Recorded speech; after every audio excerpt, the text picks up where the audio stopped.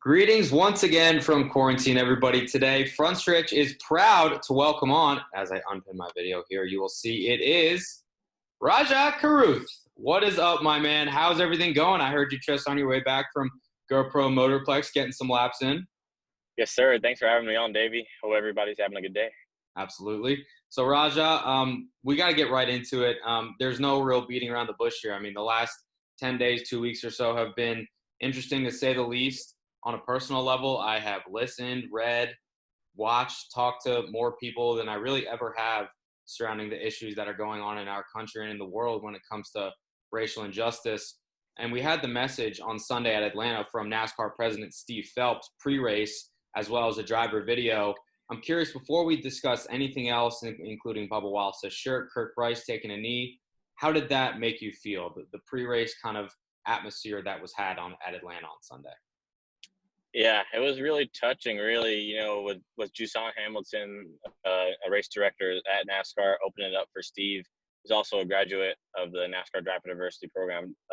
Jusan is. That was really cool just because Jusan has helped me a lot into getting some headway into my career. And so that was really cool to see, the whole sport and Steve really leading that and making, not only letting the innards of the sport know, but the world know that NASCAR of all sports is really, paying attention and will do what's necessary to try to make things right. And that was really big. And, I said on Twitter yesterday, I've not really been alive too long, but, that was really cool to watch. And, it was a really cool thing to see on TV.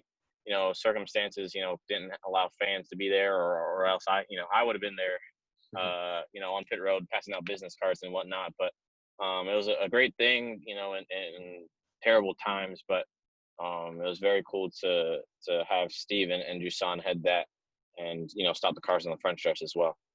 Absolutely. It was a really powerful moment on TV. I can only imagine what it was like in person. But a couple people that do know what it was like in person, notably, are Bubba Wallace, who was wearing a I Can't Breathe Black Lives Matter shirt, and Kirk Price, who we found out later on was a NASCAR official, U.S. Army veteran, took a knee and raised his fist in solidarity with peaceful protesting. There was, I believe, a Chip Ganassi Racing crew member who had tears in his eyes as well.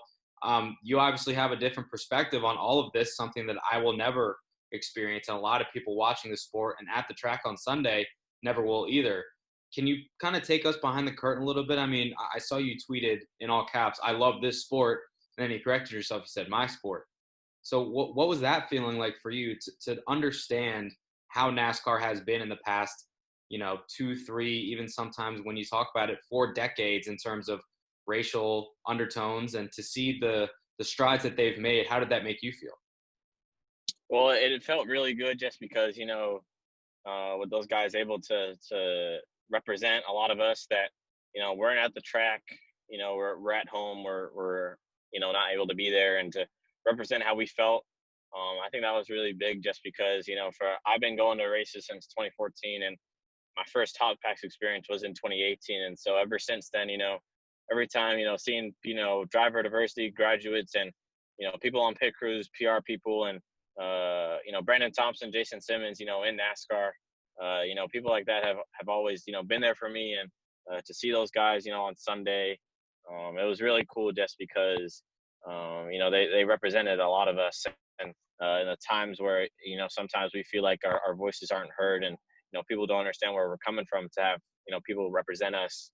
It's very big. And I've known Kirk for a little bit over a year, I would say. And, he's been really great to my family when we've been at races, helped us get meals, at the NASCAR hauler, get some good luncheon, and, takes me on pit road for the anthem and such. So Kirk is a great person. And hopefully, by the time, hopefully I'm in Cup one day, he's still on pit road. So it is, to answer your question, it's really cool to see, people represent us, that, we can't, that other people can't, in this time.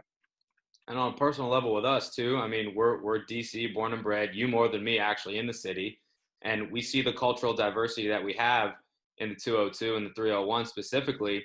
But NASCAR, on the surface level, everybody just kind of sees a lot of white faces and not a lot of diversity. But they've made incredible inroads in the Drive for Diversity program. Rev Racing specifically, the organization that you're a part of. And I think that in a way, it's good because people are now kind of seeing, okay, there is some diversity in NASCAR.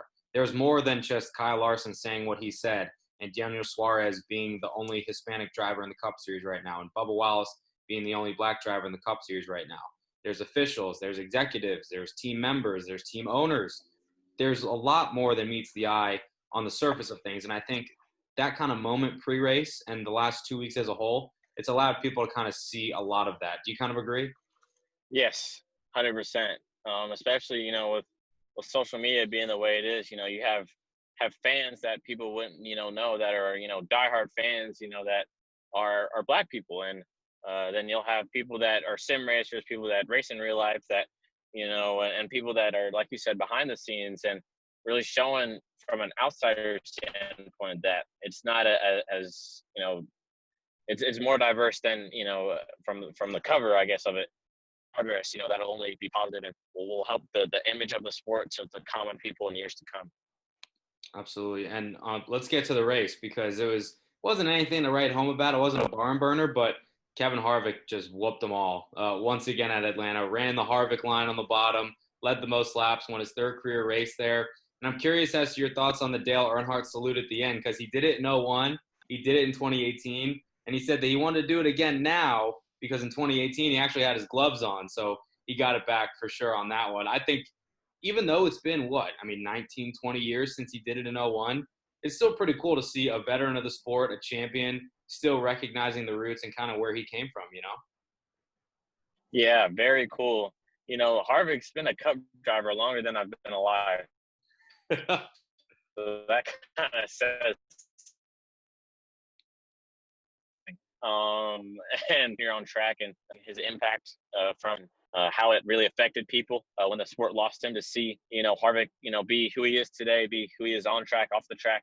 That was really cool just to see that tradition kept along. I know he had been outside of 2018, he's been fast every time they go there. So to see the guys watching guys left, so that was really cool to see. And this Wednesday, we got some weeknight NASCAR once again. I missed it. I know you did too. Martinsville Speedway under the lights for the first time ever in the Cup Series. Do you have any idea what we're going to expect? Because I have no clue. All I know is that I hope tempers flare, we stay social distance, and we don't fight, and we have a really good show. I think we'll get it. Yeah, especially I saw Bob Parker's tweeted earlier that they're have a different tire compound for this weekend, or this week. So the tire won't be as hard, and hopefully it doesn't fall off and some more grip. So you can get some good racing, have some comers and goers. I'm really excited with some night race Martinsville in prime time. That'll be really big. Have some intense racing. My question is, if we get some tempers, if people will actually if they try to fight, will they get in trouble? Well, they probably will get in trouble in terms of having to abide by social distancing and whatnot.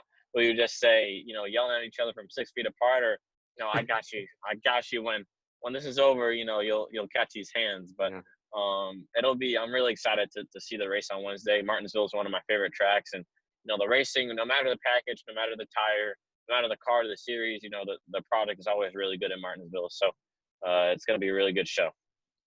Well, I thank you for your honesty and your candor with some of the topics we talked about earlier, for you being as young as you are. And I've told you this on camera, on the record, off the record as well. I mean, it's really incredible how mature you are. So I thank you for being an ambassador for the Black community within NASCAR. We're glad to have you on board, as well as Rev Racing. I'm sure they are too. So keep washing those hands, keep social distancing, stay safe, and who knows, maybe we'll get some hand thrown dates set on the calendar. That'd be funny if like Chase gets Denny back and he's like, hey, can you mark me down for like 3 weeks from Saturday? Cool. 100%. Yeah. All right, Rajah. Well, thank you so much, man. I appreciate the time, and we'll be watching on Wednesday. Cool. Thanks for having me on, Davey. Have a good day, everybody.